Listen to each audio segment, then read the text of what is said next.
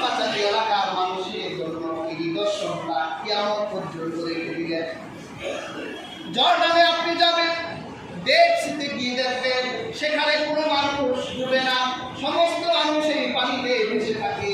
আল্লাহ পাক লবণাক্ত এই জায়গাটা রেখে দিলেন যাতে বিশ্ববাসী যারা পাপাচারে নিজেদেরকে নিয়ন্ত্রিত রাখতে চায়, নিজেদেরকে পাপাচারে ডুবাই রাখতে চায়, আল্লাহ পাক তাদেরকে যাতে শিক্ষা দিতে পারেন যে দেখো পাপের কারণে আমি গোটা জর্ডানের একটা অংশকে আমি আল্লাহ আযাবের এলাকা বানায় রেখে দিয়েছি।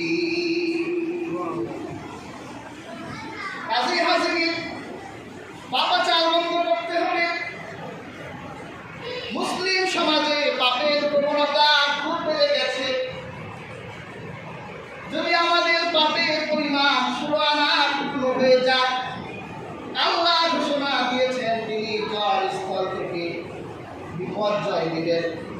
ওই বিপর্যয় মোকাবেলা করার মতো কোনো পাওয়ার তোমার হাতে নাই।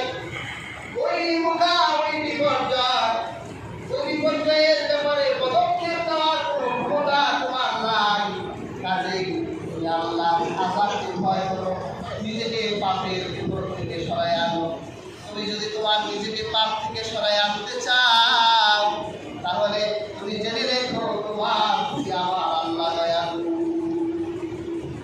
তোমার থেকে বড় বড় পাপীদেরকে আমার আল্লাহ হাজার হাজার বছর আগে মাফ করে দিয়েছে।